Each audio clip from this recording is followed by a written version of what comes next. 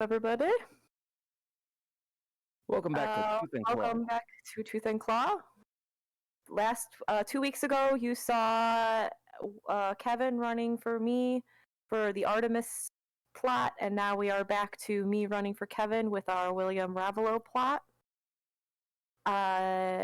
Quick recap on what happened in the last episode, in case you don't remember or you didn't watch it.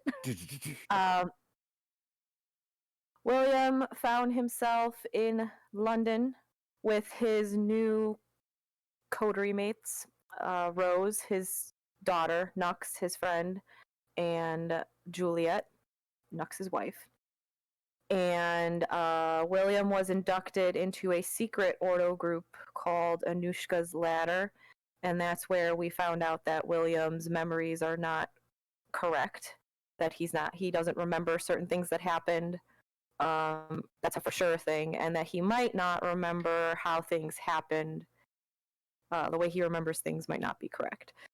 So, and upon investigating those memories. Yes, upon investigating those memories, we find out that his sire has implanted a sort of copy of herself in his mind to try to keep him from fixing his memories and exploring them to find out what's wrong. So they need to now go find someone called the Keeper. And Thaddeus, who is part of the secret Ordo group in London, has said that he knows information on where the Keeper might be, but he's only willing to give it to them if they can go to Poland and find some missing Ordo notes that he lost during World War II. So that is where we have left them off. Thaddeus suggested that Rose and William should definitely be learning Protean if they're going to be traveling all over Europe, just in case they find themselves in a situation where they cannot get inside before the sun comes up. And other lessons that they might want to learn. So that is where we are at. I'm going to get the correct music going. If you'd like to listen along, there's a link down at the bottom below the description that has a link to the current Spotify list, so you can listen along. Or if you like looking for it some other way, now playing. Yeah, now playing at the bottom. Yeah, at the bottom of the video it says listening or listen along, but you can also just click on the link and listen to what we're listening to.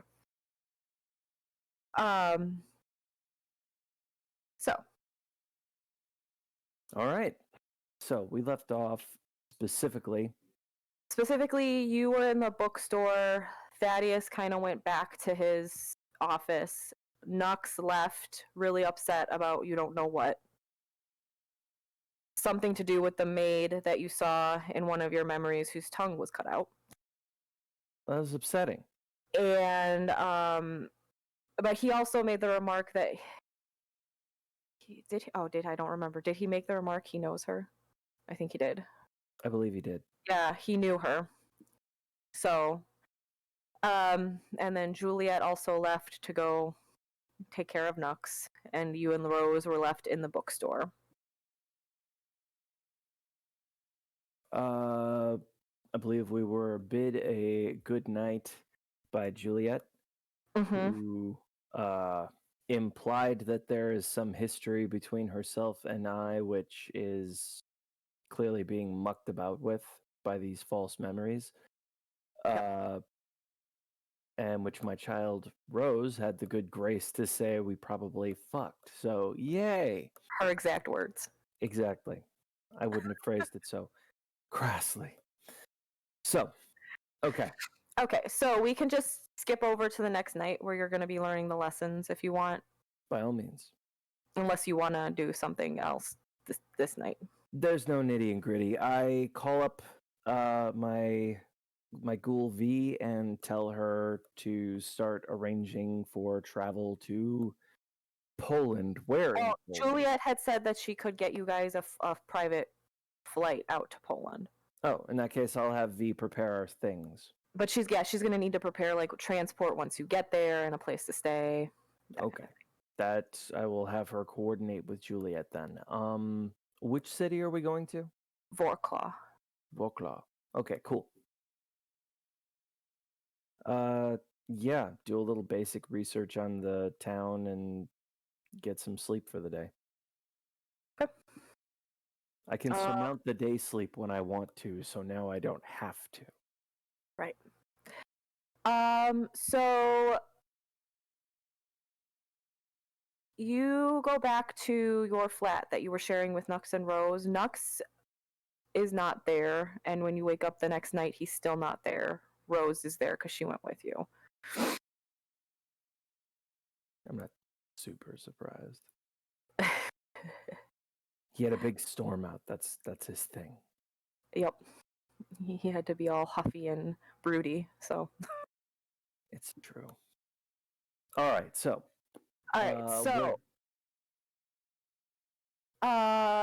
When you wake up, Rose is already sitting on the couch playing on her laptop, and she's also on the phone.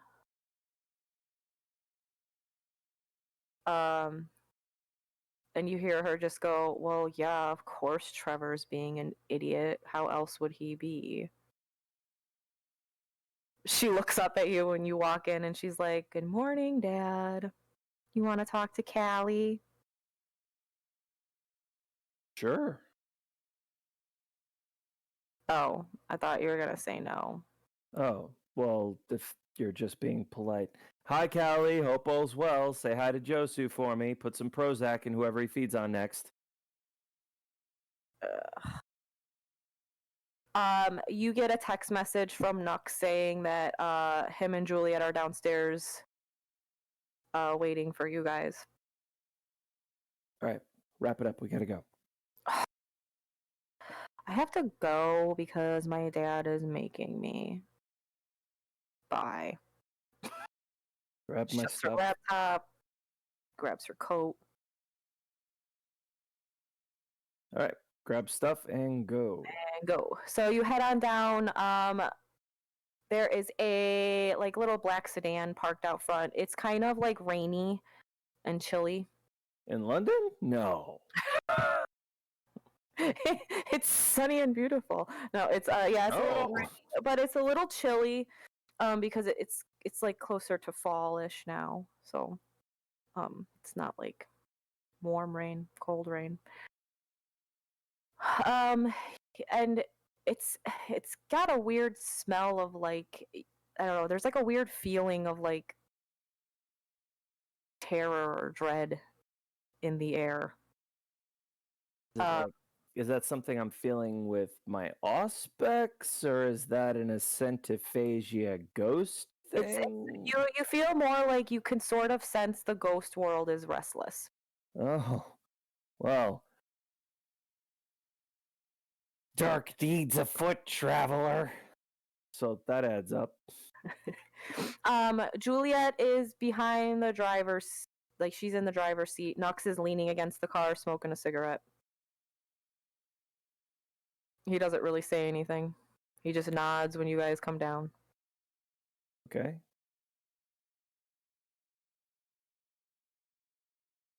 No? Okay. He just flings his cigarette and he just nodded. Oh, okay. Yeah, I said he nods when you guys came down.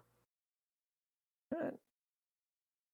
Well, if you're teaching us, you tell me, how are we going to do this? Yeah, there's a cabin out in, rural London. We're gonna go there.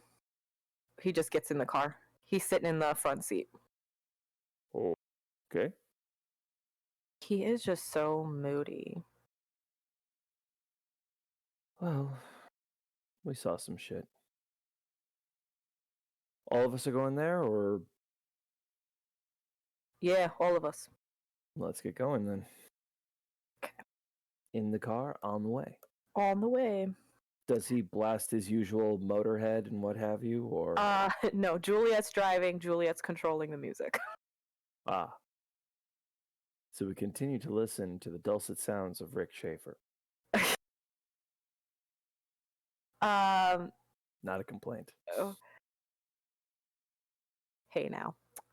So you guys drive along through the city streets of London. out past into like the suburban-ish area and out to more like farmland. It's a drive. Yep. You notice that like Nux had the window down the whole time, but once you guys start hitting like the farmland areas, that he makes sure all windows are up. Something we should be worried about? Just some werewolves, that's all. All right, I'm gonna skip the obvious werewolves in London joke. But I am going to ask, do you really think, and I tap against his windows, that this is going to stop a werewolf? No, but at least it'll mask some of the scent. You got me there. So the drive from your London flat out to this house is about an like hour and a half drive. You start pulling up to, there is like a gated area, which is sort of weird because this is mostly farmland. So seeing like a big like iron gate that you can clearly tell is also electrified. Surrounding what seems like just a tiny cottage house is a little weird. But it's at the very end of a road that you guys turn off of from the main road. And you pull up, the car pulls up to a call box, and you hear someone say, "Yes, who is it?" And Juliet just replies, "It's Juliet, we're here for the lessons. Please pull forward." The gates like start sliding open, and she drives on through, and then the gates slide closed behind. I'm looking around. So let me get this straight. You've got a shack in the woods to be inconspicuous, and then you give it a call box and an electrified fence. It's not really meant to be inconspicuous, more meant for protection. Fair enough. Juliet pulls up in front of the cottage. Nux gets out immediately before she even really puts the car in park. It's like stumbling. When you No get no, so the cottage is like a little stone cottage. There's a chimney. No smoke is coming out of it. You can see there is like a small upstairs. There are some plant life. Nice little maroon door. Once you guys are all out of the car, the door opens and there is a young gentleman standing there with, he's got like just jeans and a t-shirt. His hair is kind of like matted. It's like dark brown. Is he kindred? And he just says, yes. Come on in then. You know where to go.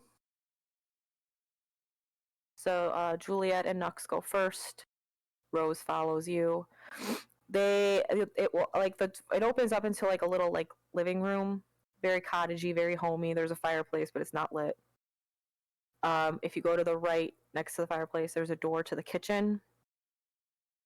And when you get to the kitchen, there is you see Nux pushes the table, and you can see he like kind of pushes down on a board, and a door opens up.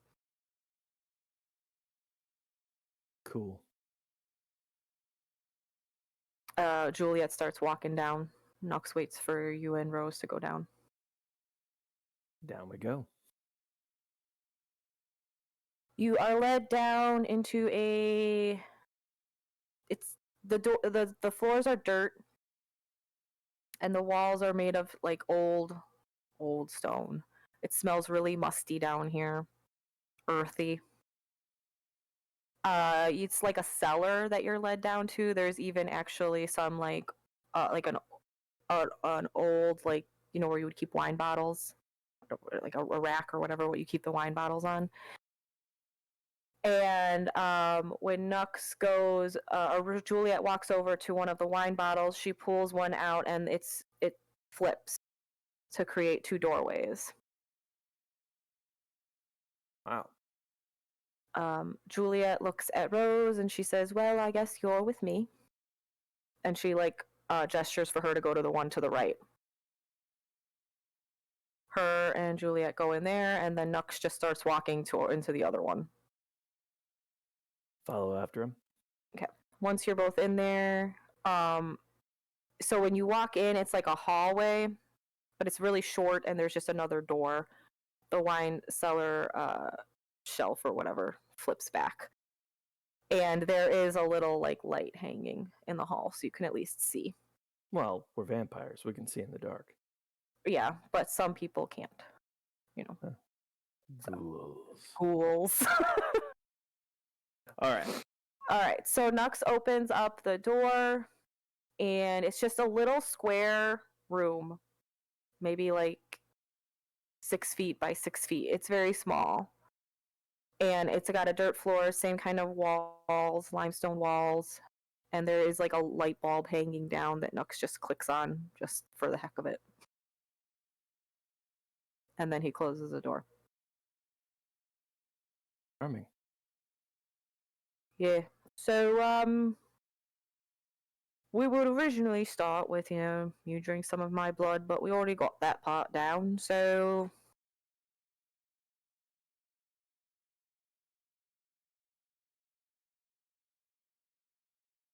Now you're just gonna go ahead. Try to just now lay down and just, merge into the earth. I'll just do that. Yeah, you can do it. Okay, so lay down. You gotta Now what? focus harder. Focus on what? You just gotta think about it. You think and just go. Urge. You're not down. doing it. You're not doing it. No shit. Look, it's really not that hard. You just lay down there. And fine. Hang on a second. Nux lays down on the ground, and all of a sudden he just kind of sinks in. Okay, how'd you do that? How'd you do that? And then he comes back up and he's on top of the ground. Right, but how'd you do that? I told you, you just lay down and you just go. Look, I'm laying, okay? I'm laying. I'm not going. Because thinking. Focus on what? Focus on being part of the ground! If I focus hard enough and look into your eyes, I could make you shit yourself right now. Sorry, you cut out there for a second. If you focus hard enough and what? If I focus hard enough while I'm looking in your eyes, I can make you shit yourself right now. So maybe you could tell me how to focus in a different way so that I go into the ground. I was not taught properly. So short of taking you outside and waiting for the sun to rise and being like, either you merge with the ground or you burn, I really don't know how else to tell you. Okay, so what? You were panicked when it happened? Do you panic every time you want to get in the ground? Well, no, not anymore. Well, switch over to the room next door. And we're breathing. Yeah, pretty much. Juliet and Rose are both sitting across from each other, cross-legged.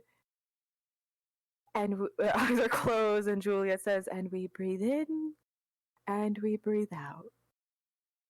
Take in all the smells around you. Really feel the earth, and imagine yourself becoming one." Back to your room. You just gotta be part of the earth! Do you want me to dig a hole? I can dig a hole faster than this. Bollocks. Look, I'm laying down, and then he goes back into the earth. I kick the earth. Aye. He can talk? He comes back No, up. What are you kicking my dirt for? You're not showing me how to be dirt. I told you, you just gotta think dirt. I'm looking at you and I'm having a real easy time. Right. Look, will you please just, what do you focus on? What do you do? What, did you meditate or do you like attune yourself or something?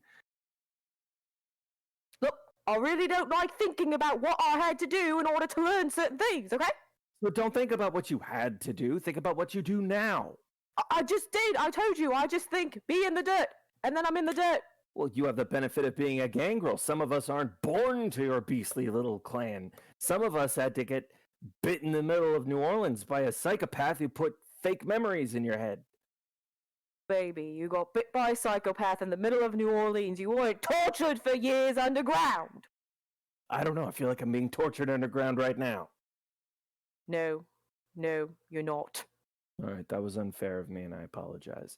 That being said, could you please just try to explain it to somebody as though they didn't automatically know how to do this? Yeah, all right, hold on. He pulls out a cigarette. All right.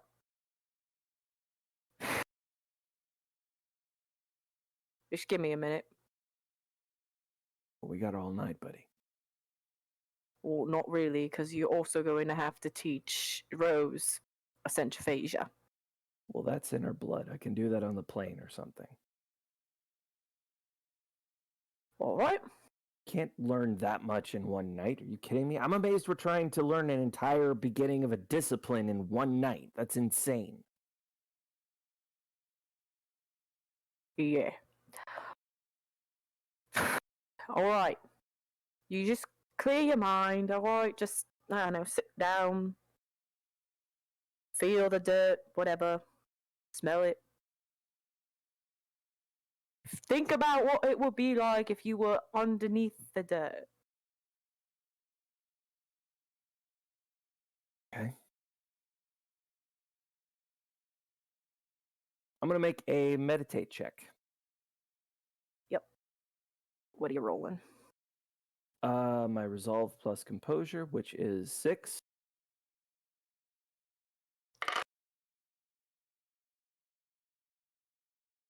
I just need one success. Yeah, you're not.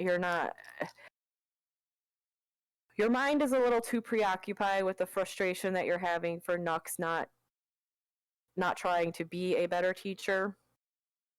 Like, you get that he's got some trauma and shit, but you would think, considering everything you two have been through already, that he would just try to be a little more,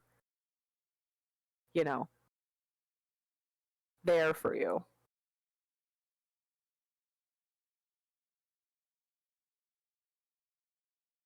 Okay. You know what? I'm not going to let that bother me. I'm just going to keep meditating. I'm just going to keep doing it until I get it right. If that's what it takes, and that's what it takes, I'm going to do this. All right. You find you're able to push all those thoughts out of your head, clear your mind. You feel that you're in a calm state of mind. You lay back on the ground, and all of a sudden, you find yourself underneath the ground. There, you did it! Which you don't actually hear because it just sounds like... Because I have become dirt. Yep. Okay. So emerge back out. Yep. That was easier than I thought. Yeah, it's what I'm saying. Alright, you want to try it one more time? Make sure you got it. Yeah, very good. Alright. Nux opens up the door, shuts off the light. The wine cellar door, or like wall, has already been flipped because Rose and Juliet had got through that a lot quicker. It's like, oh, you guys got done fast. You've been in there for like 4 hours. Ah, damn it. No. We'll say it took you probably about 20 minutes. That's amazing. I'm brilliant.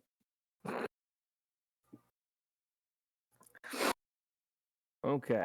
About the willpower. Anyway. All right. Well, now that you two have learned Protean, we have a plane to catch.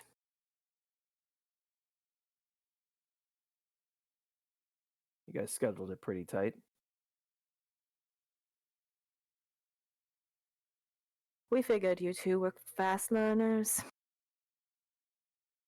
As you say. Lead the way. Okay. Back up the stairs, up through the floor of the kitchen, out the door, into the car, through the gates. Drive back. You drive not to your flat. Oh, wait, did you need to pack up stuff? Nah, we already had everything packed and brought down, so. Okay, so you drive straight to the airport. All right, Heathrow it is. Or is it some private airstrip in the middle of nowhere? Probably more. What? They'd have private hangars and stuff at Heathrow. Yeah, right? You know. yeah. It's the airport, but it's a private hangar. It's not because you're not going to be walking through airport security and whatnot. I assume V is already waiting for us.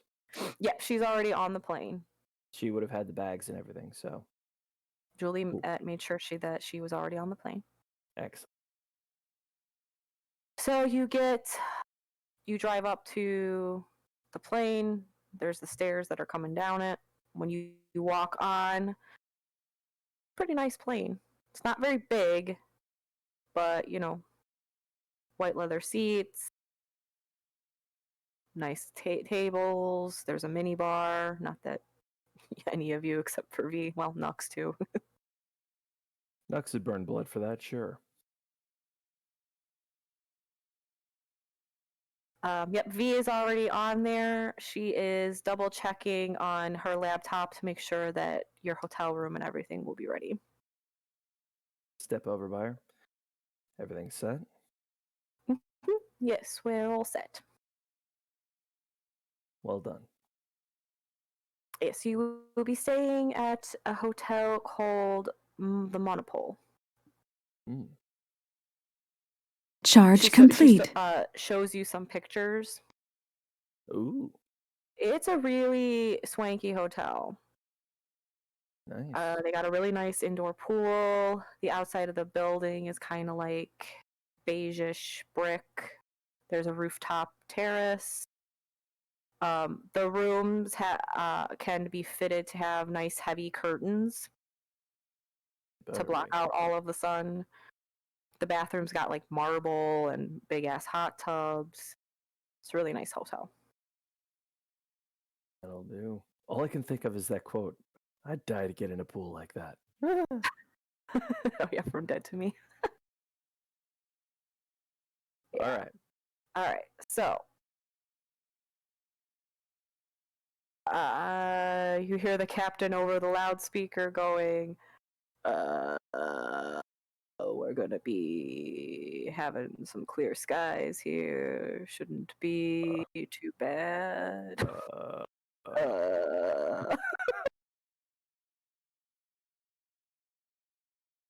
Beautiful. Yep. Perfect. Okay. And the plane starts taking off. And if you look out the window, you can see the rainy, cold streets of London, lit by what few lights are still on from restaurants and hotels and people's homes. All right. So long, London. Here comes Wrocław. Wrocław, Poland. So the flight is about 2 hours. Plenty of time. Plenty of time. All right. I'm going to sit over by Rose when the opportunity presents itself. Say, so you've been keeping up with your studies? Yes. So I assume you can tell me what color the ghosts are when you start perceiving them. Blue. Yellow. Oh, honey. Yellow. She's just looking at the book that she always likes to carry around with her. Rosa, can appreciate you going over the old family tome, but come on, show me.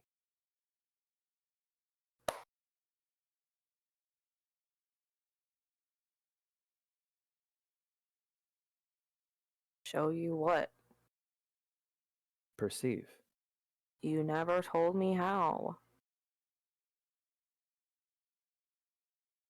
Come on.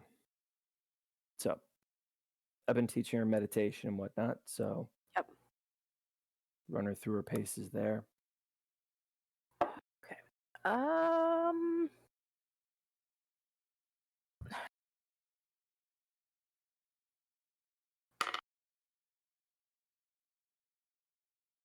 Okay. She's in her calm meditative state. Our power is born out of the sin and horror of Ion Dragolescu. Remember when I told you about the Blue Hand Massacre? Yes. So you know that we have, descendancy-wise, the wisps of psychic vampires and living spiritual mediums tainting our blood. We're attuned to ectoplasm more than other kindred. We can feel the ebb and flow of the other side. You have to let that seep into you. You have to let that come to the fore and become a part of you. Shift your senses over. You should know when you do this, black plasm is going to coat your eyes. They'll become completely black. So get a pair of sunglasses or just be aware of what people will see around you. That would look cool. I'll bet it does. But that being said, masquerade. So, sorry, you cut out. I heard you say masquerade. That's all I said. Oh, okay. So, masquerade. When you do this, it'll cost you some of the power you steal away from the living, but when you do it, you'll be able to see plasmic entities. That's not just geists and ghosts, that's chthonians and psychopomps, that's the anchors that hold them down, the manifestations of their abilities. The thicker that sickly yellow glow, the more powerful it is. You'll also be able to see when ghosts have possessed somebody, or when an actual spirit medium is doing their thing and making contact with a spirit. Well, ghosts, spirits are different. But the point is, this is the basis, this is the underlying foundation of all the centiphagia. It's no good to try to feed on ghosts unless you can actually see them to do it. Are there any ghosts on this plane? No, but I have a store of plasma in myself, so you'll be able to see it within me. Look, the whole point of this, and we are proof that it's true. Jung had the theory that vampires are not motivated by blood itself, but by the stuff of the soul, what's inside of us. What's inside living people, for that matter. And we're really feeding on the essentia within them, the motivating power that is still extant in ghosts, the soul. So when you're able to perceive this, then you learn how to breathe it in, take that plasm into yourself, and it can become just like Vitae. And as you learn to refine this, you'll start to be able to convert it into other things as well. You'll be able to use plasm to motivate abilities that mimic what ghosts are capable of, or convert it into revitalizing your sense of purpose, give you a moment's respite and rest. Powerful stuff. If you do it, it's still going to hurt the ghost. So be aware that feeding on a ghost has about the same morality as feeding on a human. It's not free energy we're tapping into. Doing this expands your options. And in a pinch, I mean, ghosts are all over the place. You'll be able to feed without endangering the masquerade as long as you're careful. Come on, I know you're the bitter pill sort, but you have to admit, being able to see ghosts is pretty freaking cool. Yeah. All right. Let the vitae flow into your eyes. Feel the shift from this world to the next. Cold and shaking inside of you. Reach out. Kind of like you were using auspex, but looking in a different direction. It'll come natural. You'll feel it. So Rose closes her eyes and tries to focus and relax. And after a few minutes, when she opens them, they're black. Now, what do you see pulsing through me?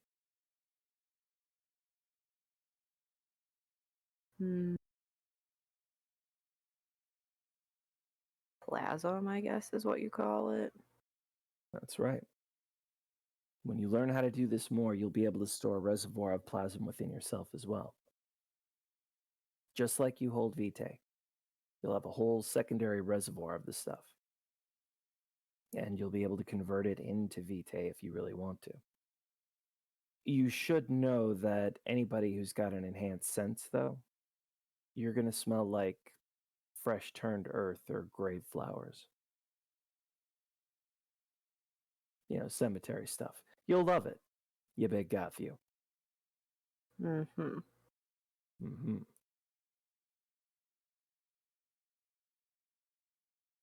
So, good job. That's the first step. She closes her eyes again and blinks really hard, and her eyes are back to normal. Yeah, it feels kind of goopy, right? Yeah. Good news is that plasm tends to evaporate shortly after it's been exposed to air unless there's some kind of supernatural medium holding it together. So, aside from a little sand in your eyes, you should be just fine. That, and you're probably a little hungry now. A little. I'm sure we can find something when we get there.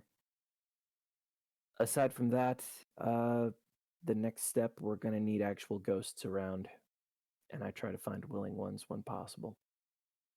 Then we can practice breathing in their power. All right? All right. Taking your first step into a darker world.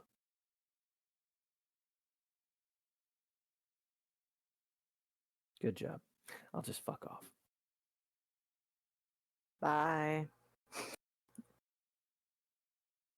Plop down in a seat, and unless anybody engages me in conversation, let the trip fly. Okay. Juliet is... She's sort of like sitting with her eyes closed, and like her head is kind of swaying, and she's humming to herself. Nux is sitting there drinking.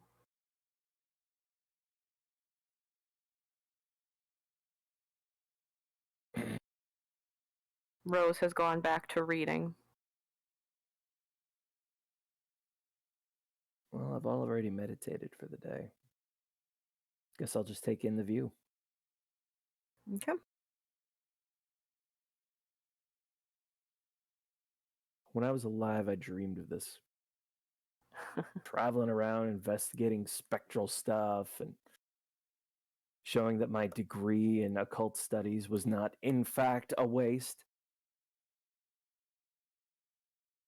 Just didn't plan on being undead myself.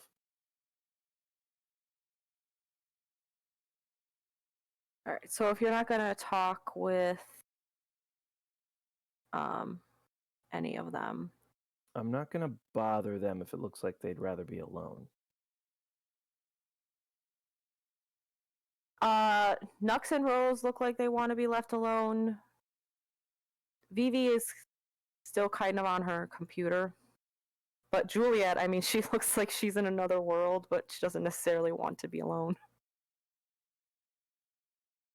Lean over toward her.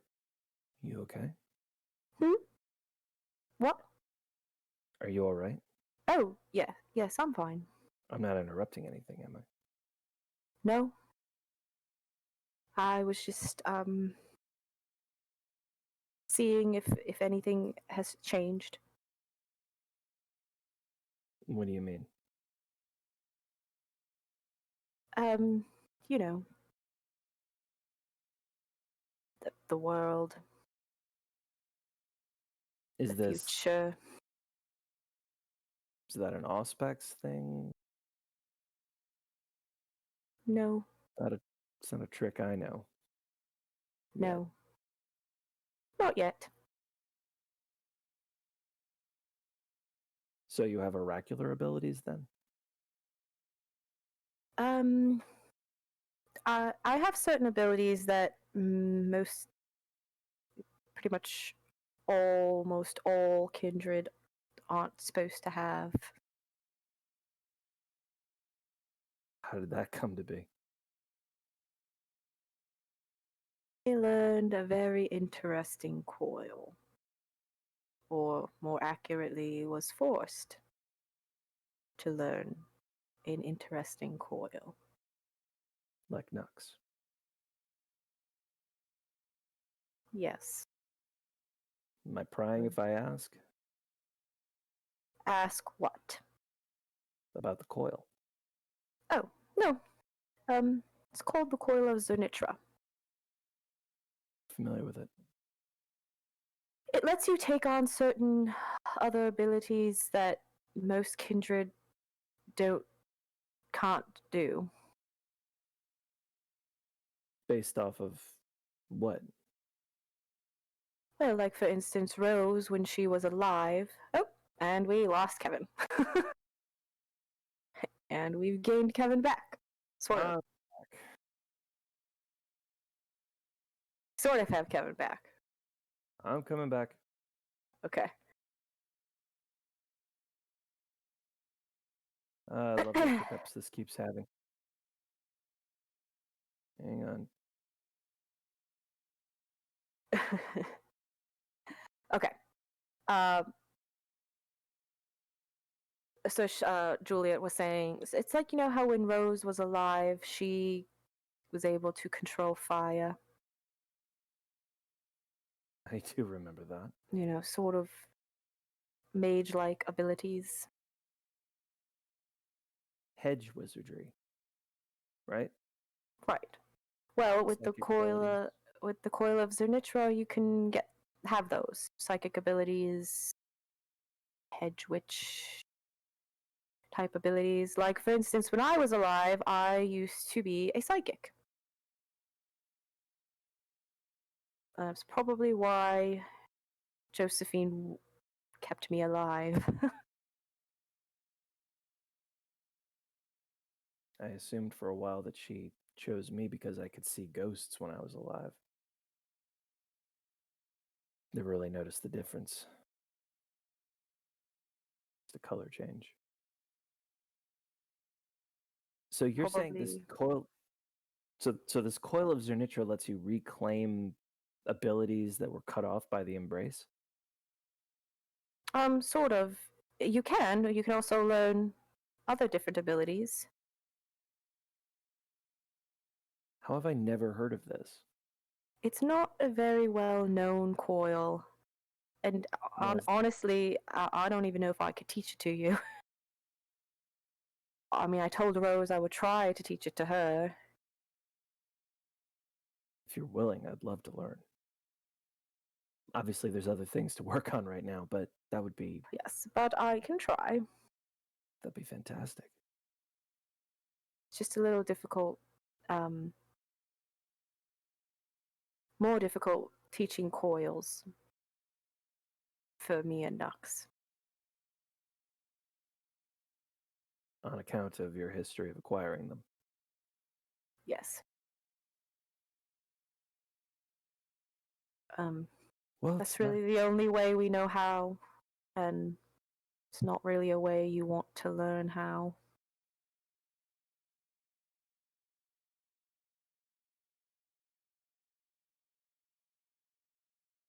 So this is reclaiming abilities outre to the usual kindred condition not popular with most Ordo? I mean, I've never heard of this before. It's just not I guess it's just not a popular sort of thing, I guess. It's not one of the main ones, you know, it's not really it's not that it's not allowed or anything like that. It's just it's not necessarily, I don't know, they just don't want to learn it, I guess. You know, you've got the main ones, which you already know. Those are the ones that most of them like to focus on, you know. I mean, kind of like, you know, the mystery of Ziva. It's what's the word I'm looking for? I believe the word is taboo. Well, as long as nobody's going to go burning me at the stake for it, I've got no problem with learning most of the mysteries. I've seen one or two kindred who've mastered the worm, and it just chills me. Yeah. But with this coil, I'm able to tap into or reclaim, I guess, the human supernatural abilities I used to have. I mean, Allspex lets me do a lot of it, but not all of it. So, does it ruin the future if you tell me what you see? It could. Fair enough. Too bad it doesn't work in reverse. What do you mean? Well, if you could see the past, I that would mean, certainly help parse things out for me.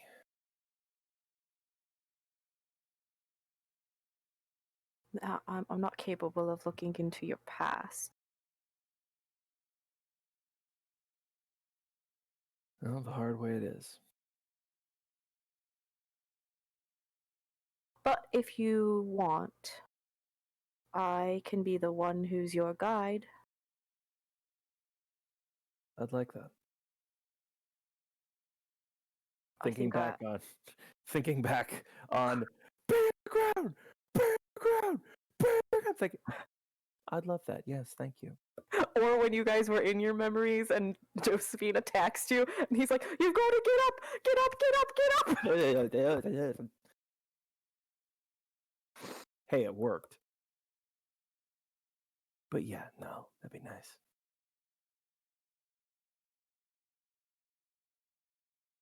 All right. There is one suggestion I have. Talking with Rose, she kind of like hushes her voice so that since Rose is at the back of the plane, she's at the front of the plane. She's trying to not let Rose hear her.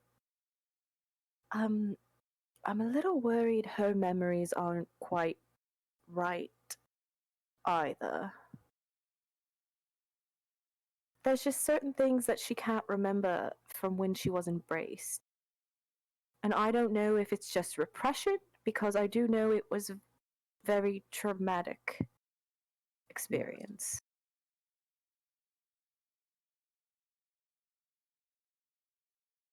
Rose wasn't embraced at first. Yes, no, I know that part.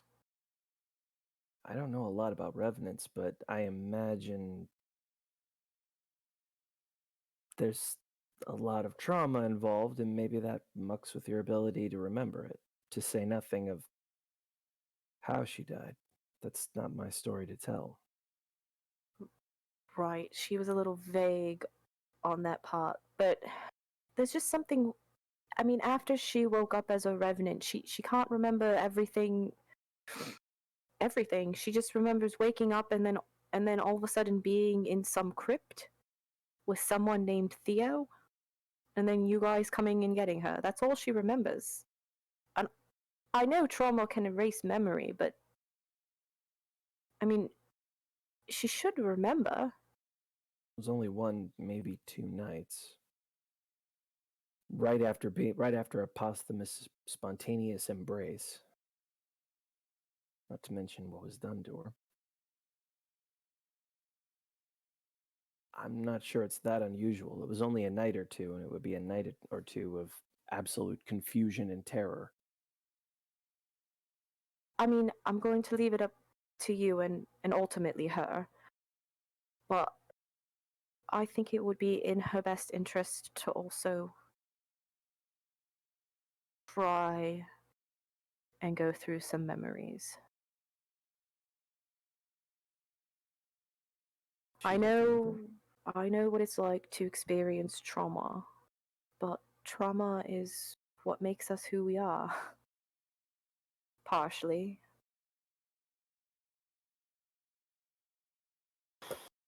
That's a dark look at the Requiem.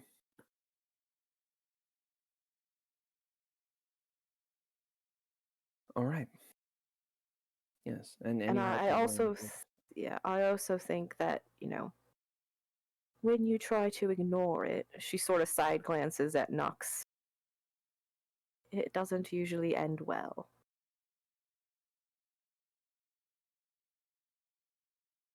I can only suspect at what you're not saying.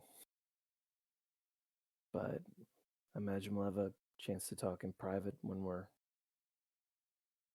not 30,000 feet in the air. Yes. That's probably a better idea.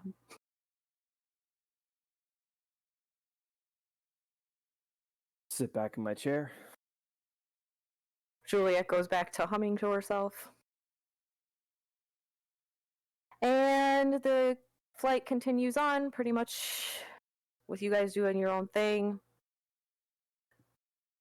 When you are about to start approaching Warclaw, the pilot comes on and goes, we are going to be touching down. Pretty clear sky here. If you look out the window, you can see with the lights that are illuminating the city a little bit. Mind you, it's probably, say, close to probably 1 or 2 in the morning. Time enough. Yeah.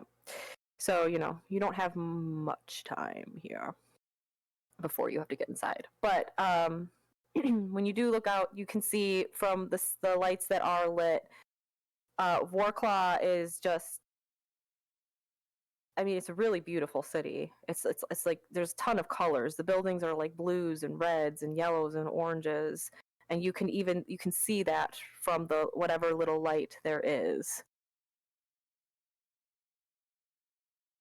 And shortly after, you feel the plane onto the tarmac,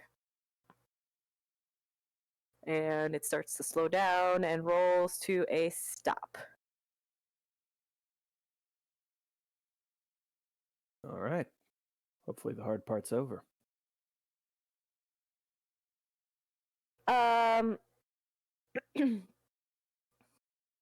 Vivi, no, sorry. Wait.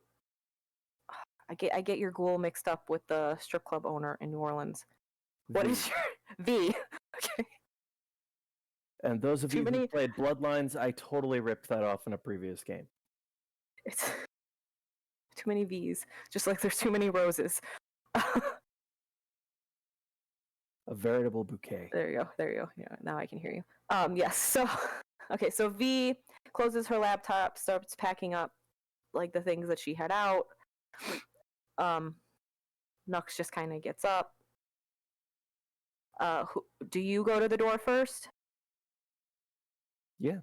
Or do you wait for someone else? I'm willing to take the lead on this. Okay.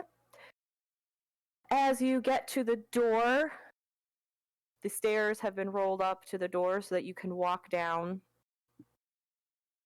You see, standing at the bottom of the stairs, a man in black pants, a black button-up shirt, and like a black jacket, with slick black blonde hair, light eyes, very pale, standing, and on either side are two women, both wearing like tight black pants, black boots, and like a tight black t-shirt. You can see both have guns on their holsters.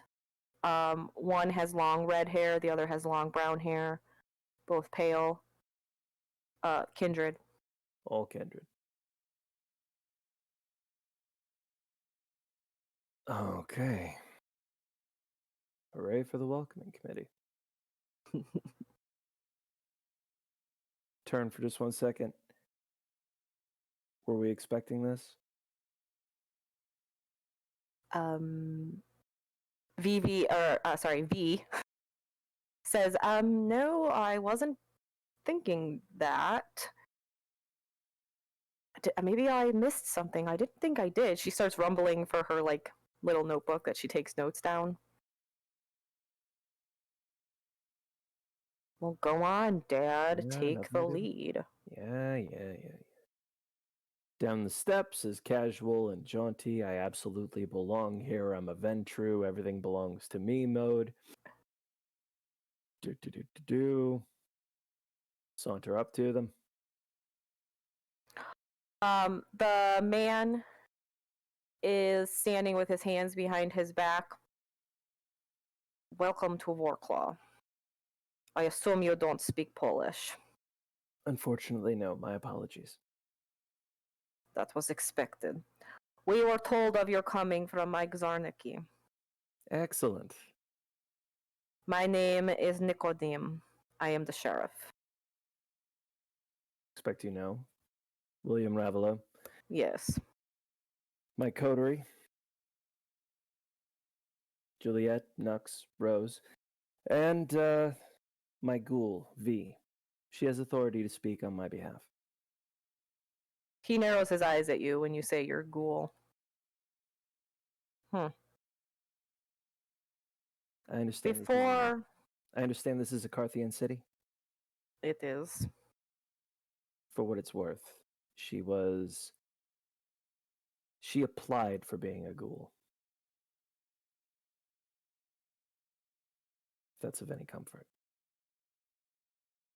We have some questions for you and your coterie. As long as we make it to our hotel before sunup. You will. Please, lead the way. We're at your disposal. He starts walking towards... So, like, you guys landed on another, like, private hangar area.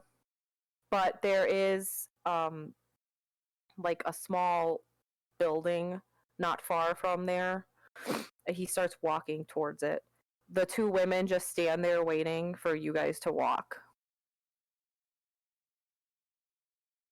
Well, we don't have a lot of bags, so...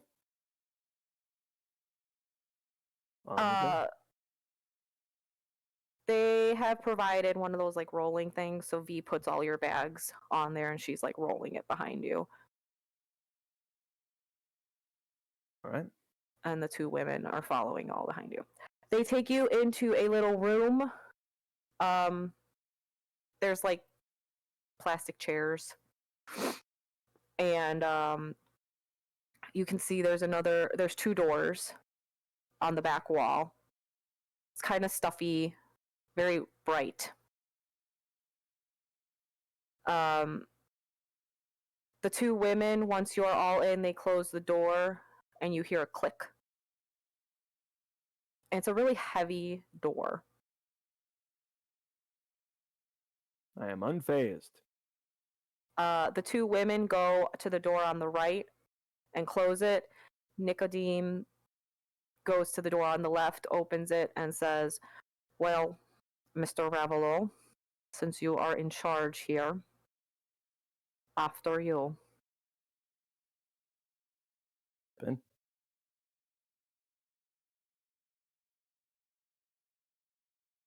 Follow the lead, take a seat. Ready to do the interview game.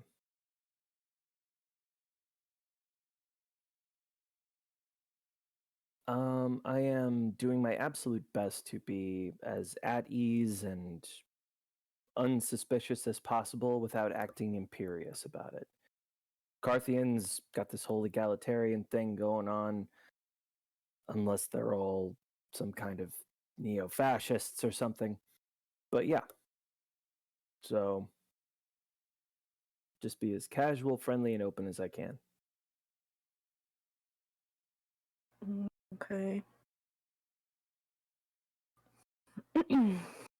For 1 second, I was like, does he look like a maquette or a gangrel? It's like, wait, no, that's not how this works.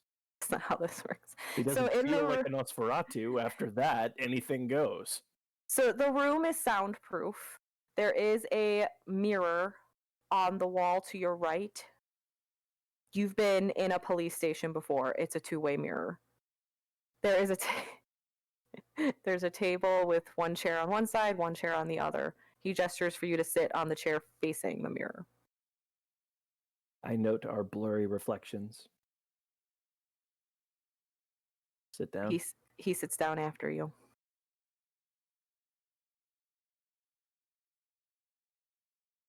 First of all, do you have any objection to a scan of your aura? Please. You may find residual bits of plasm in it. Why? I am of the Dragolescu bloodline. We interact with ghosts. I am aware.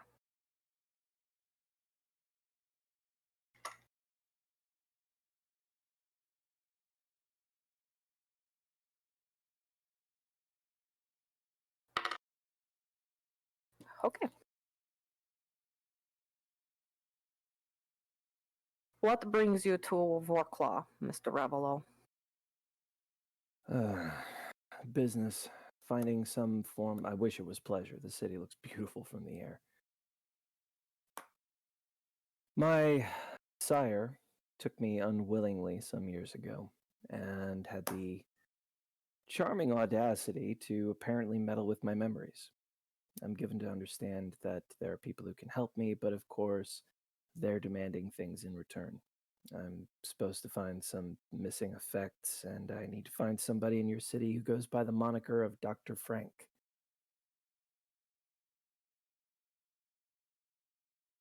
Dr. Frank is usually only used for injury.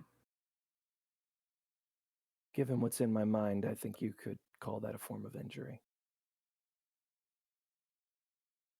Anyway, I'm told Dr. Frank knows the person who I need to get in touch with, so it's less about their services and more about their connections. I see. I hear you said that you are Dragolescu. Yes. Does that mean you're Ordo? I can appreciate the scholarly bent that they take, and while my sire was certainly Ordo, I find myself at odds with their philosophy.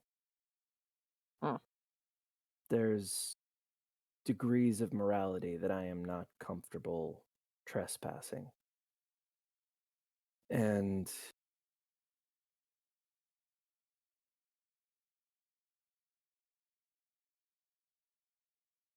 I appreciate what they do. I don't appreciate how they do it.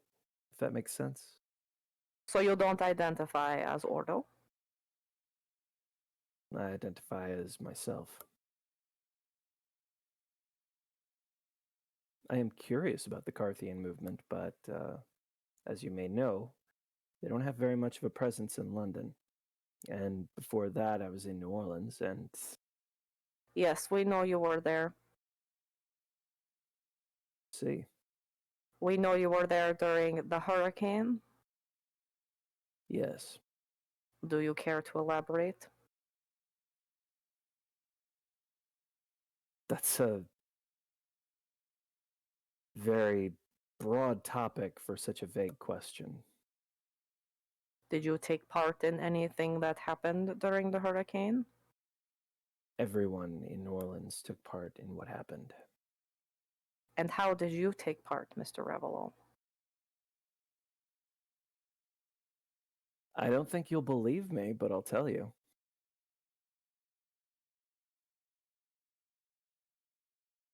I learned some exquisitely outre arts from a very old kindred for the purposes of interacting with the spirit world, so that I could help an allied werewolf overcome some great thing that was either brought about by the hurricane or caused it. The resulting carnage was something I simply cannot describe. Yeah, we could spend a week here and I could tell you the things that I saw, and it wouldn't begin to scratch the surface, but it was horrifying.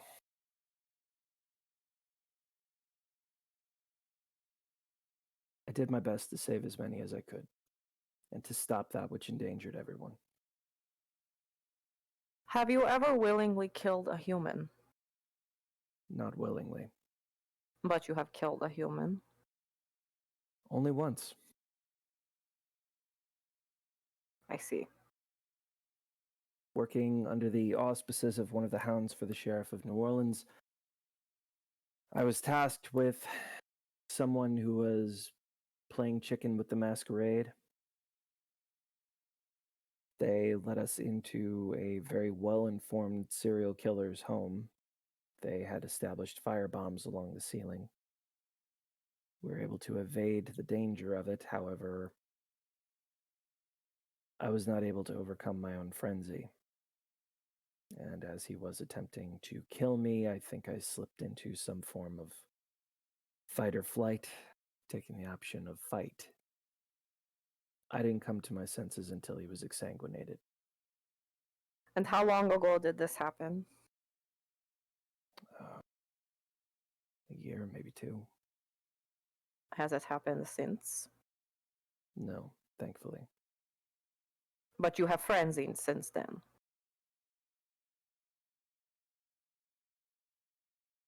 Amazingly enough, only once or twice. I take very great pains to meditate every night and center myself.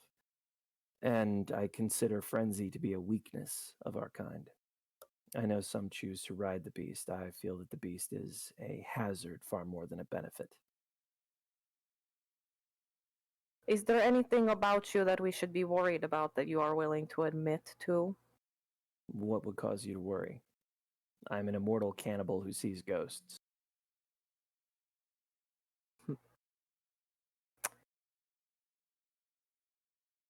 There is a very delicate political balance here, Mr. Ravelowe. I have no intention of rocking the boat.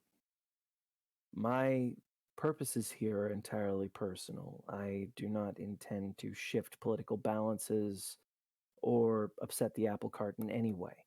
My intention is to get what I need and leave. If in exchange for the hospitality and forbearance of the prince? Her name is Anka, and she likes to be called Madam President. If there is any service of reasonable and moral limit that I might perform to assist Madam President and the well-being of your city, then I have absolutely no problem undertaking that to pay my way and show my good intention. If you're having trouble with ghosts, that is one of my specialties for helping with the masquerade. I personally imagine one day technology will make the exposure of the kindred to the humans simply inevitable. But it is my hope that there will be a very peaceful integration when that time comes. I do want to prolong that as long as possible to buy us that necessary time. And as a result, I'm a very strong supporter of the masquerade. I see. And as I said, I've worked as a deputy under the sheriff in New Orleans for some years.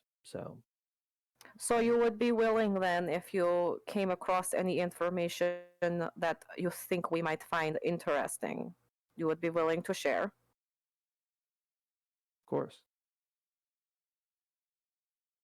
Any kindred who holds human life in high regard and upholds the rights and freedoms of kindred, whatever their political orientation,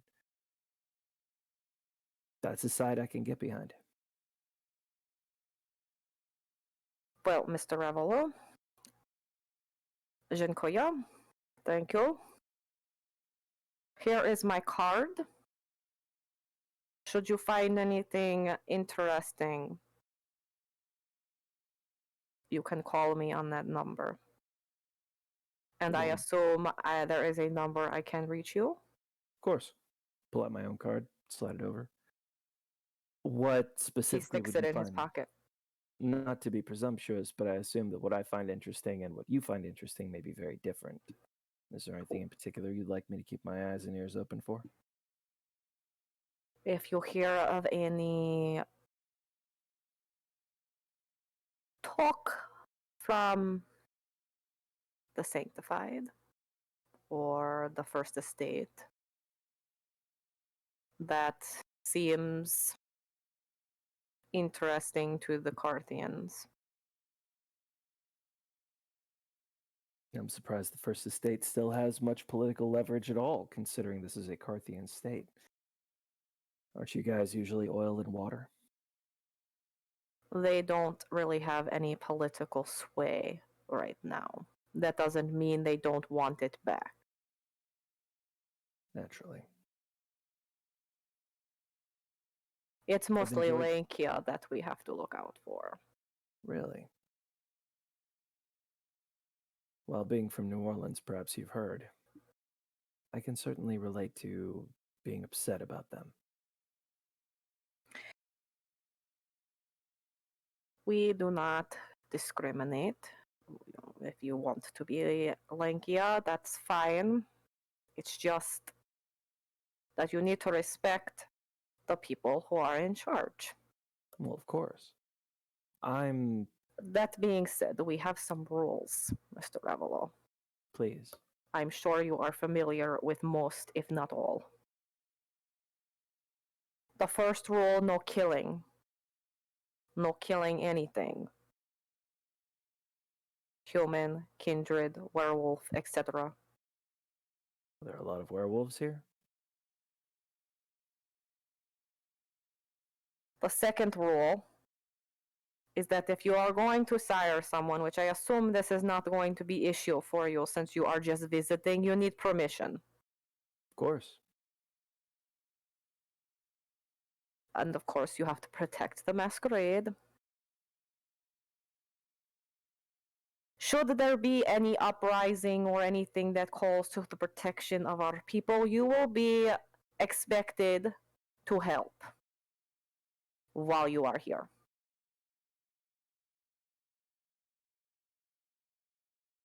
All right. And the last rule is, should you want a ghoul, you must get their permission beforehand. That is a refreshing change from most domains I've visited. The Madam President does not look kindly on enslaving people against their will. Nor do I. Sorry, I was going to say something and never mind. She will meet with you tomorrow night since the sun will be coming up soon. She wants you to be able to unwind and refresh yourselves. Plus, she is busy right now. I appreciate her forbearance and attention. If you don't mind my asking, you said earlier that you tolerate all political affiliations, but do I detect a sense of bias against the Ordo? The Ordo caused much trouble here during the war. See. They were not on the right side, Mr. Ravelowe. And those who were on the right side did not stay and help. Therefore, they are not welcome here. Sounds about right. They fled and watched their people burn. This is exactly what I'm talking about with the Ordo. The things that they research are of such value and use and interest, and yet, when it comes time to actually come together as a community and do the actual right thing, they don't. I told you my Yes. sire was Ordo. You did not say that, but I thought so. Her predilections, I wouldn't be surprised if she herself was a Nazi. Who is your sire? Josephine. I'm not familiar with her last name. Everyone in my coterie, with the exception of my child, has had some dealing with her, never of a positive sort. I am not familiar. She must not have been here. Well, that's the thing about the Reich. It had a way of spreading. Yes. Well, I need to question the rest of your coterie and your ghoul. Well, if you have any further questions, you know how to reach me. And He reaches out his hand to shake yours. What is your perception?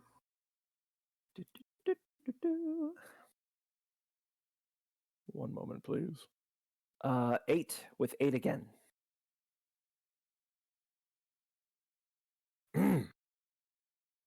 What is with my voice today? The weather. When he reaches his hand out, you can see his sleeve starts to move up and he quickly pushes it back down. But before he does, you do notice there's a tattoo of numbers on his wrist. I think I've got enough academics to know very well what that means. Most people should know what that means. Actually, all people should probably know what that means. They really ought to. But he hides it rather quickly. But because you got really well perception, you were able to catch it. So he stands up, shakes your hand, pulls the sleeve down. Please, who should I question next? I wouldn't presume. I would say Right. You'll probably have the easiest time with Juliet, though. Very well. We'll save her for last. He opens up the door and lets you out. Incidentally, I wholeheartedly apologize for my child. She's standoffish at the best of times. All right. I hope you'll forgive her. She's been through a lot. Haven't we all? All right, step out. All right, you step out. He looks over at V. Ma'am, if you would please. Do you want to role play out the other interviews too? I'll do the other. Yeah, I was planning on doing that if you're okay with Cool. that. Hell So yeah. you play everybody else. I'll continue to be Nicodeme. Okay.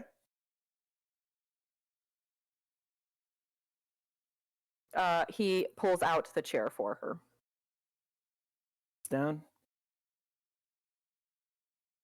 He has already closed the door and he sits down. V, is it? Short for Vivian. Yes.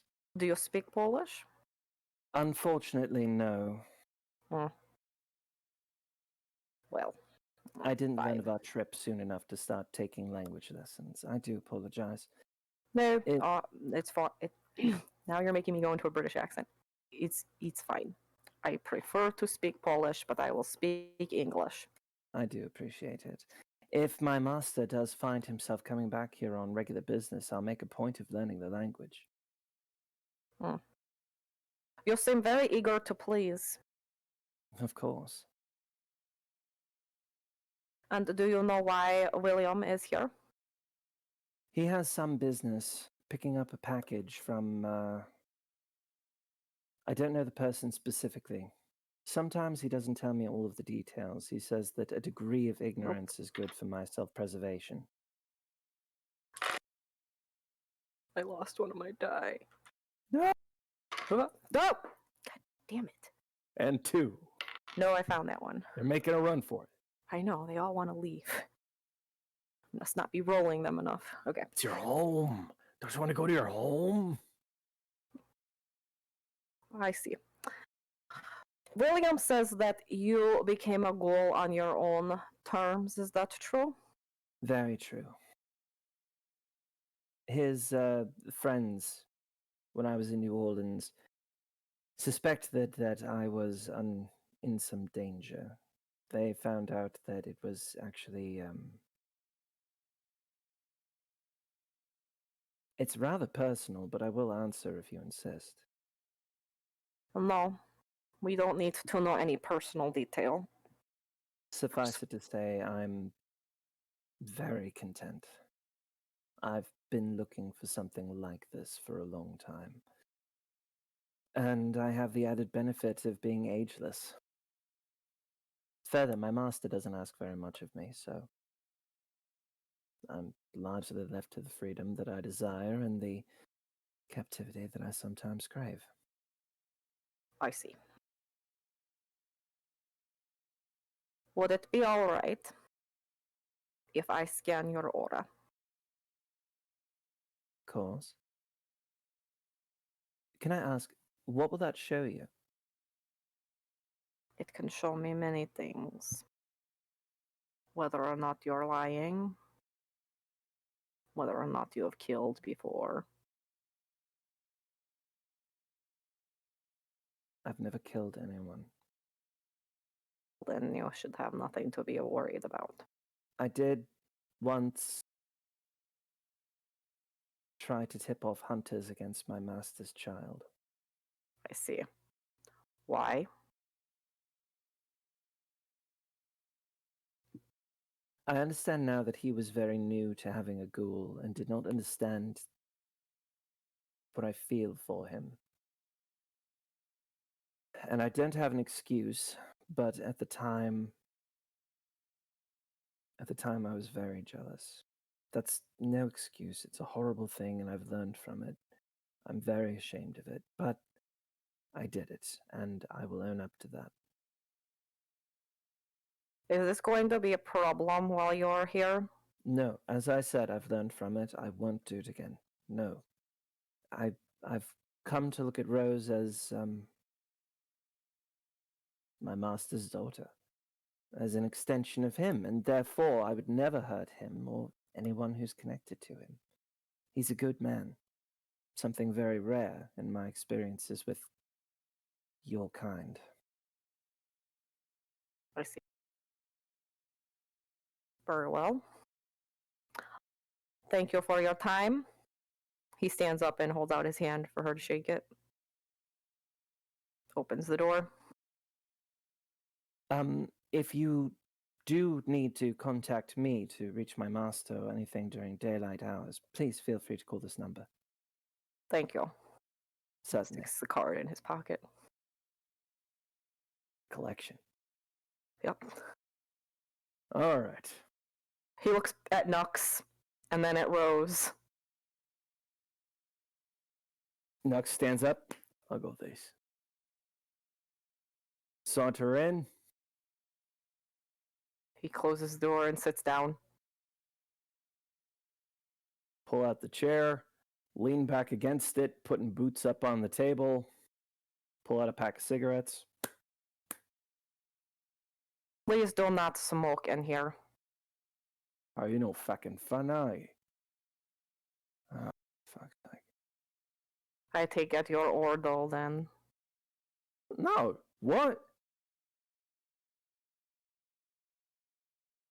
How is it possible that you can put a flame so close to your face? I'll tell you that if you let me show you me doing it. Just keep it over there. All right, buddy?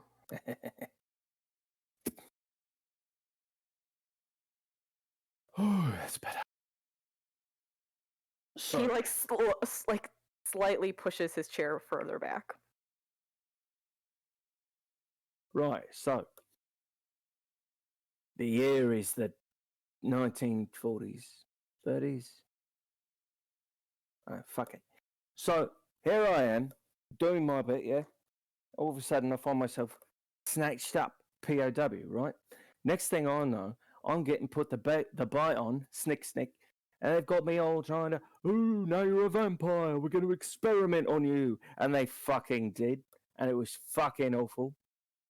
So this lady, Josephine, who, well, she's awful. All done up in this, you ever see like one of those shit B movies about like feminazi, but it's not like a feminist thing. It's like actual like dangerous Nazi woman, but there's none of the dominatrix in there. It's just this mean bitch who's slicing on me and forcing me to learn all this shit, which later I would find out was some Ordo stuff. And so I was kind of force-fed the mysteries, as it were. Now, like, in the meantime, I have dabbled here and there with every covenant. No offense. But my experience has been largely that the things I like best about the Ordo are the things that the Ordo tends to send people after you so you die.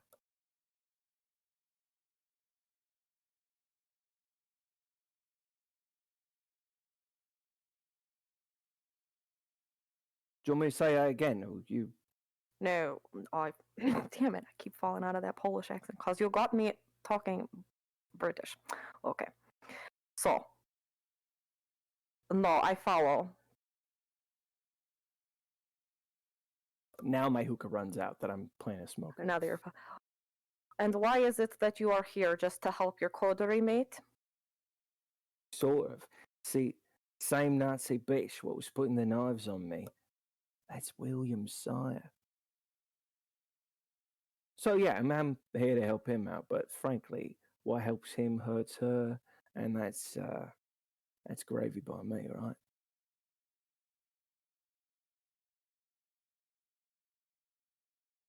You were once in New Orleans, yeah? Oh yeah, it's where we met. Hmm. And what part did you play in the hurricane? Well, I didn't start the fire. That being said, I was there for it. So here's William and me, yeah? And there's this old geezer. Well, As Nux is talking, he purposely starts rolling up his sleeve slowly, first with the wrist that does not have the tattoo, and then very blatantly with the wrist that does. And the whole time he is staring at Nux. Play that in. So this old dude, yeah? He knows all this weird ancient shit. It's supposed to teach you how to like eat spirits and fight them and whatnot. And I'm like, yeah, sure, because I'm working as one of the sheriff's hounds, yeah, which I guess hounds work different here than from other places. But anyway, so we're learning how to do this stuff to prepare for something that's coming because there's this Frankenstein geezer and he's trying to get along and do the. You and me are kin, ain't you? Perhaps. Now look, I don't do this whole subtle thing. Forgive me. Okay, so if you want to say something, you can just say it. You find me sympathetic. But do you want me to finish the story, or do you want to talk about that? Go on. So this big mean thing happens while there's these organ leggers working for some like I don't know concern. They're putting monster parts in themselves to like get superpowers and shit. And we're looking into that, and that's somehow tied into this whole thing happening with this Frankenstein guy. Yeah, and he was like a sleeper agent or something, and that might have been some Nazi shit. So you and me, yeah. And then you've got this werewolf girl. God damn, man, you just you ever been with a werewolf? No. Me neither, but I'm working on it, yeah? If you saw this woman, you'd be like, yeah, sure, fuck it. I remember what it's like to want something. Anyway, so, yeah, she's got this whole thing going on. I'm not even sure what was happening there. She was closer with William than me. And she gets, like, all tied up in this shit, and, like, her werewolf dad or something, he all, like, betrayed her. And, like, her like brother or not a brother but like a pack mate or something like I don't know fucking werewolves. So would you say that you get along with werewolves?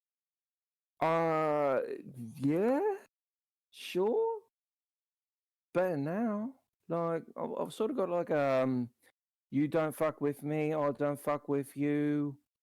Let's get a pint kind of thing going on, but not really. You know, I mean, do you want to not get along with a werewolf? That's a good point. Right. That being said, my encounters with werewolves have been like all right, 90% good. Yeah, shush. Chiho, it is enough. You seem like kind of wild card. Am I going to have to worry about you? I don't know. What do you worry about? Are you going to be causing problems here, or are you going to listen to William when he tells you to do something? Look, I listen to William. It's his show, okay? I'm not here to start any trouble. I'm here to solve problems. You get me? That being said, yeah, things get messy sometimes. But may I remind you, since you seem so well informed. Oh. Okay, let's see if Kevin comes back, and there he is. May I remind you, since you seem so well informed, that I used to work as one of the sheriffs of New Orleans. Yes, you did, and they made you stay in one little area to babysit one little coterie, yeah? You are well informed. Yeah, but it was an important coterie. In a very haunted part of town. Lots of bad juju, yeah. We're talking about New Orleans with all the voodoo and 3 separate covenants all vying for who gets to be the next big player. And on top of all that shit, a hurricane coming. All because of the evil shit happening in the same area where the coterie I was looking after for, who, well, he's moved on and they're all dead. They were the prince's little snack drawer, if you know what I'm saying. Uh-huh. Yeah. So the prince, or archbishop, or whatever, trusted me with watching over his goodie bag, and they were not easy to deal with, neither. All right. We will let you stay, but just know we're watching you. That's your job, mate. I used to have it, remember? I respect it. No, you did not used to have my job, Knox. I am the sheriff. Pardon? Boy, you get along with Donovan great, though. Do any of you guys have a sense of humor? No. He stands up and goes to the door to open it. When he said no, he did crack a little bit of a smile. Right. Ta. Do svidania, whatever. That's Russian. This is Poland. Potatoes, potatoes, vodka.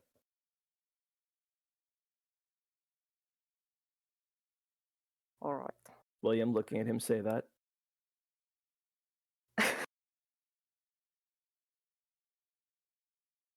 Rose, if you please. Yes, it's also very exhausting. Yes, there's a lot of better things I could be doing with my time. Plop down in the seat. He sits down. He leaves his sleeves unrolled, but he's not outwardly showing his tattoo. She's not outwardly looking. So, you are William's child? Uh-huh. But like, he and Nux gave me the option between the two of them, and I just figured like I'd like to stay in control, so Ventrue seemed like a better call than Gangrel. So it's kind of like I'm living out my 2 dads. At least that's what William keeps saying. I have no idea what that is. And why are you here? Duh. My dad is here, so gotta follow Daddy when he travels abroad or whatever. And you do everything Daddy says? Yeah, because those are the rules. When you're a child, you gotta follow your sire and do whatever they say. It has nothing to do with what I want. It has to do with me being all whatever. So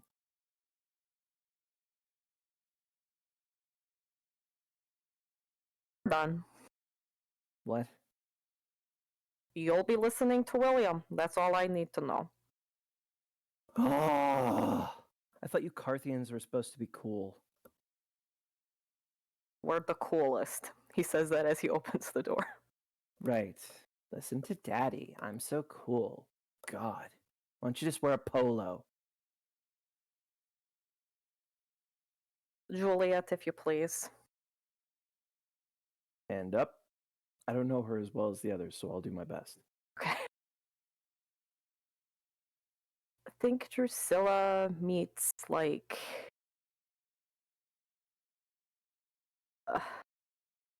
sort of Mary Poppins, almost. I don't know.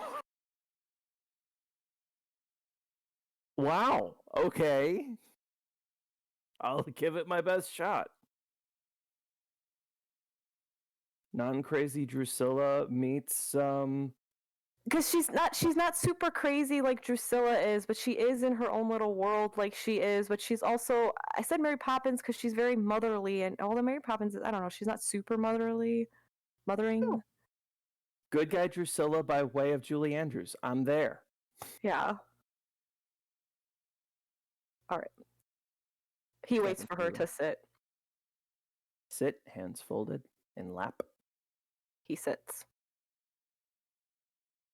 So, why are you here?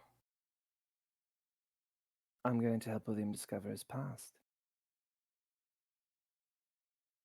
And are you Ordo? If the Ordo knew what I was, they'd hunt me down. Do you also know this Josephine? Intimately, unfortunately. Do you think she'd be coming here? I hope not, but it's not beyond possibility. I understand she has a habit of harassing William. I imagine he's her latest project. Poor William. Having survived being one of her projects, I can tell you that it is no easy thing, and in no way enjoyable. Look down at his wrist. But I imagine you have some inkling of what that's like. Yes. We're not here to talk about that. Of course not. But he rolls his sleeves down as if he's like, I forgot to put that away. I'm only here to help facilitate your understanding. What were you doing in London? Pursuing the future.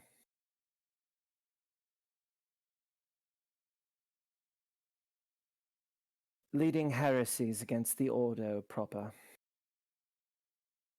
You've known Nux for a long time, yes. He's my husband. And you have some control over him?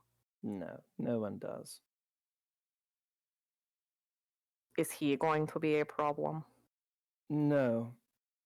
You think he's going to be a problem, but he always ends up being part of the solution. And Rose, is she going to be a problem? I think she's a perfectly lovely girl. They both have a lot of pain.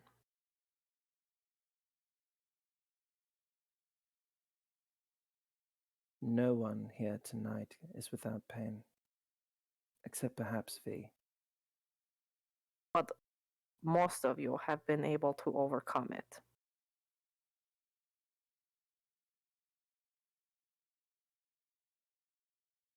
Nicodemu, do you honestly believe that we ever truly overcome pain? Do you think that any of us ever overcome anything? Our scars are evidence of the pain we've gone through, and they don't go away. And though kindred flesh may knit itself together with the stolen life of mortals, that doesn't change the fact that at the end of the day, scars tell the stories of who we've been. scars are evidence, reminders of where we've been. They're the nicks on our swords and the roughs in our shields. And they prove that we've come out the other side stronger. In this, the Order are correct. It's their lack of capacity to use that moving forward for good that makes them ultimately, completely, and irrevocably wrong. Anyway, no. We've all been hurt. We are all in the process of overcoming. Just as you are. And are you truly only here to help William?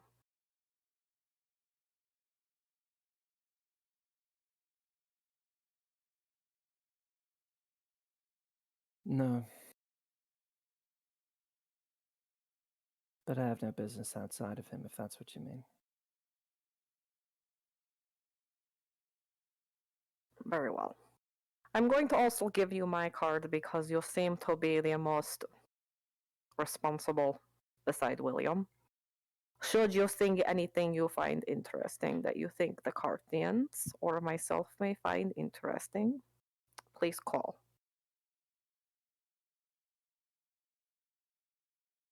I could certainly let you know if I imagine anything's coming. I only question, do you want to know, even if it's something that would scare you?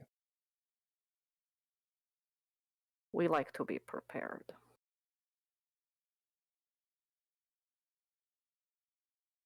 No one's really prepared for what's coming.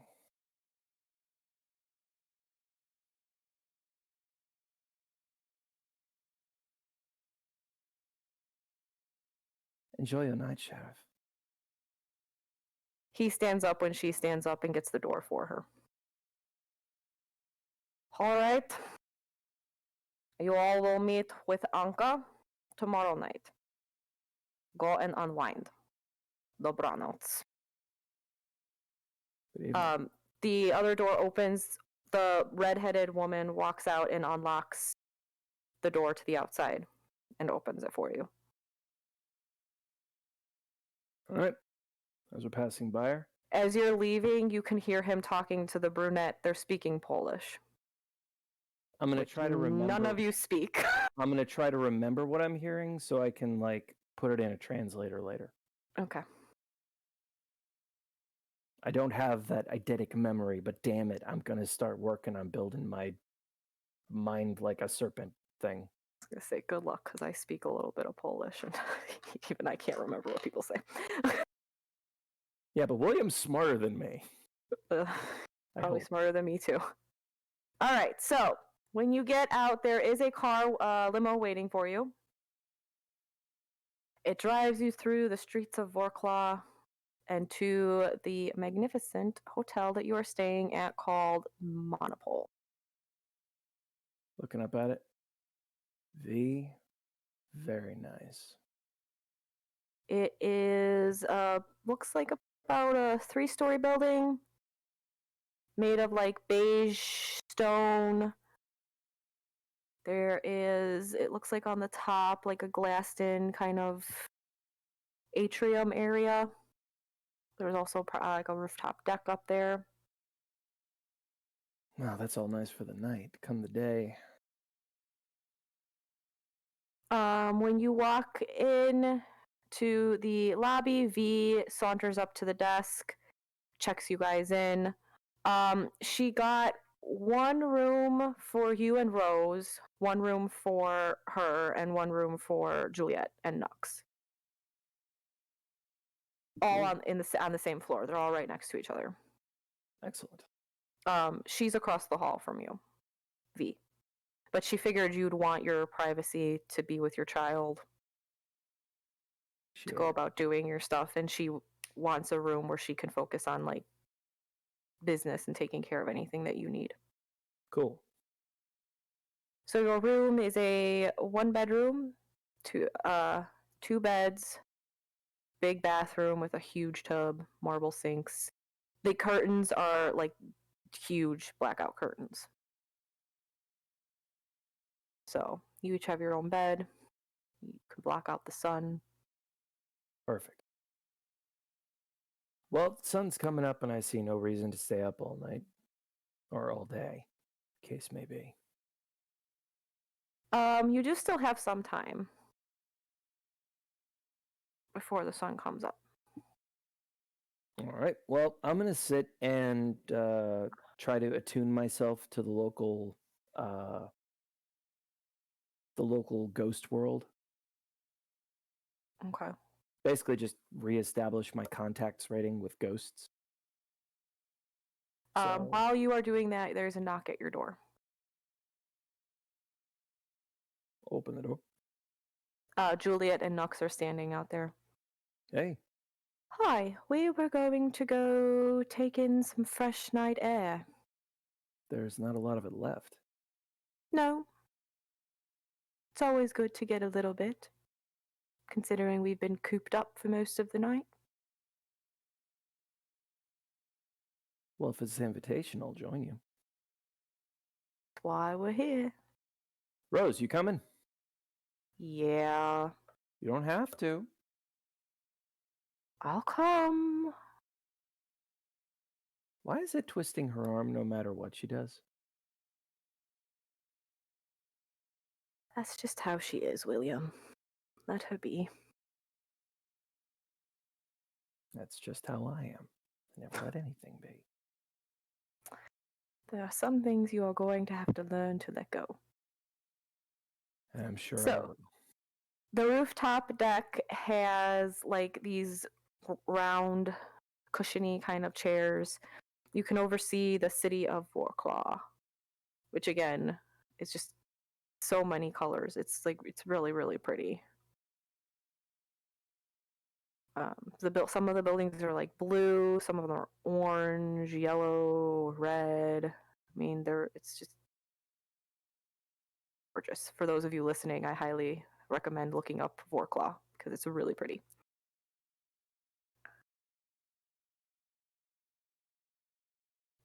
I can't hear what you said. Wow. Oh, okay. So you sit up on the rooftop deck. Nux is smoking his cigarette, just lounging in a chair. Surprise! Why is it that all the sheriffs have to be so uptight? I suppose it comes with the territory.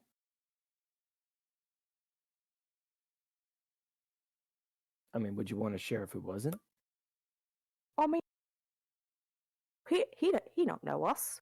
Why he gotta be treating us like we're the enemy? Well, because he doesn't know us. I'm not saying it's pleasant. I'm just saying there's a sense to it. Yeah, no. How would you be if you were sheriff? You see Juliet is standing on the side, like holding onto the rail, and she's like got her eyes closed, and she's kind of just letting like the breeze blow almost through her.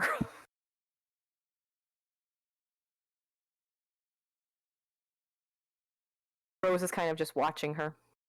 Yeah, if I was sheriff, I would just be like, hey, don't make any trouble, or I will make trouble for you. And there you go. Have fun. Be on your way. Sounds very Carthian. Surprised you Yeah, didn't get well, along. I think we got on all right. I just think he had better things to do, which is why all this questioning just seems silly.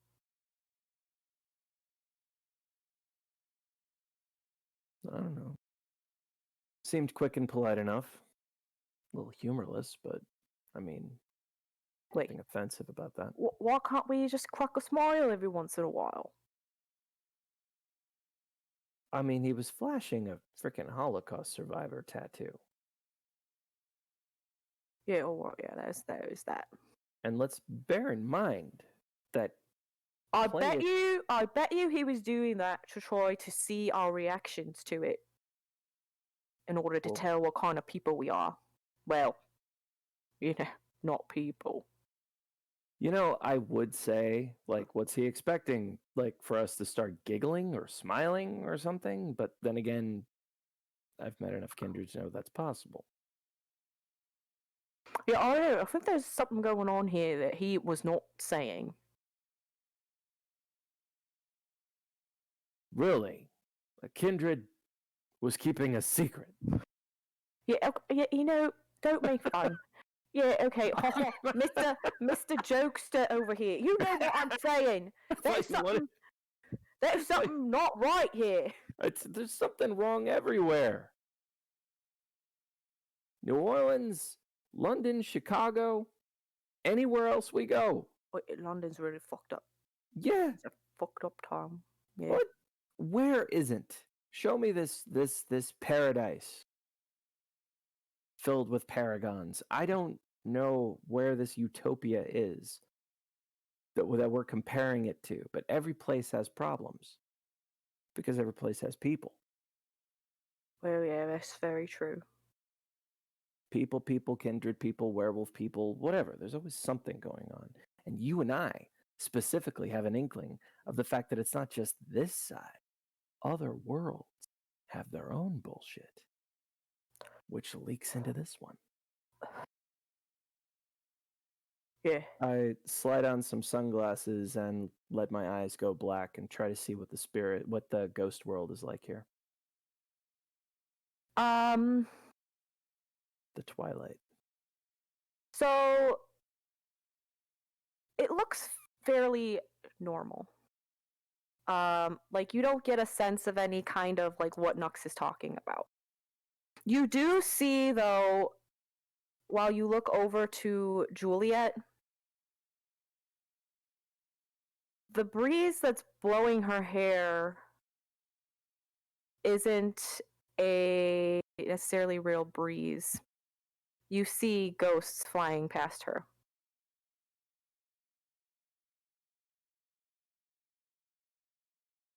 And as you continue to look around,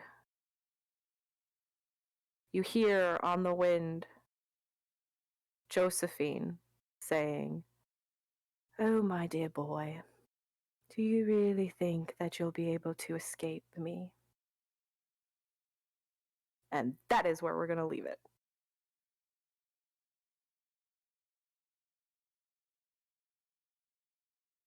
But did the voice come from within my own head or carried on the winds of the ghosts? Good end credits. Right. Yeah, I thought it was appropriate. So we'll do beats, but we can do that off camera because sure. We are almost out of time. Well, I guess we have time to do quick beats. Okay. So okay, beat for playing. Yay! You didn't have any humanity, so sorry about that. Yes. Oh no. Aspirations? Learn more about the kindred condition. Yeah, because you had that whole talk with Juliet. Secure new lore, resources, and abilities. I mean, I did just learn my first. Well, you learned Protean. Yeah. Help those in need whenever possible. Not really help anybody. Yeah. Nobody was in need, so. I mean, Nux was a little sad, but it's always best to leave Nux alone and let him figure it out. Yeah. Less is more. Yes, less is more with Nux for sure. But I would, yeah. But yeah, there weren't any breaking points. I didn't have any dramatic failures. I did not have the last box of health filled in. Nope. I did not resolve any conditions. And we don't do blood beats. So, yeah, I think that's it. All right. So, thank you everybody so much for watching. This was the Requiem of William Ravelowe, Prophecy and Sacrifice, episode or chapter 2. In 2 weeks on June 7th, make sure you tune in again so that you can see Kevin running for me. I will be playing Artemis again, and we will be having Legend of Artemis Pendergast, The Scars in Our Stars. and it'll be her second episode. What? Mm-hmm. As always, we would like to thank the people who set up our gorgeous background. Heidi Foland did the amazing art you see on either side. The background and layout was done by Lindsay Kay. Sarah Turkowski made our excellent logo, which I'm just tickled about. And, of course, our engineer, our mon ami, Erica Hoffman. Yes, thank you, Erica. I love you, We would not be able to do this without you. Yeah, no, we put all of our dots in occult. We don't storytelling. We don't know shit about. We don't know shit about computers. No tech about computers. And also, don't forget to like us on Facebook if you haven't already. There is a link down at the bottom. And our YouTube channel is also down at the bottom in case you want to catch up on any episodes that you've missed, or if you feel like you want to rewatch some because you just want to remember stuff. There is also a link to our YouTube down at the bottom. And we will be posting up the links to our playlists on Spotify so that you can listen along to what we hear when we're playing. We will be adding those to YouTube shortly. And at some point, maybe we'll try and hire more artists, more everything, and to help fund that, we'll set up a Patreon or something. Yeah. But thank you so much for everybody watching, too, because we really do appreciate it. Yeah, we really appreciate your views and your support. So thank you so much. And we will catch you in 2 weeks, June 7th. At 1 p.m. Central Standard Time. All right. So until then, Tooth and Claw, signing out.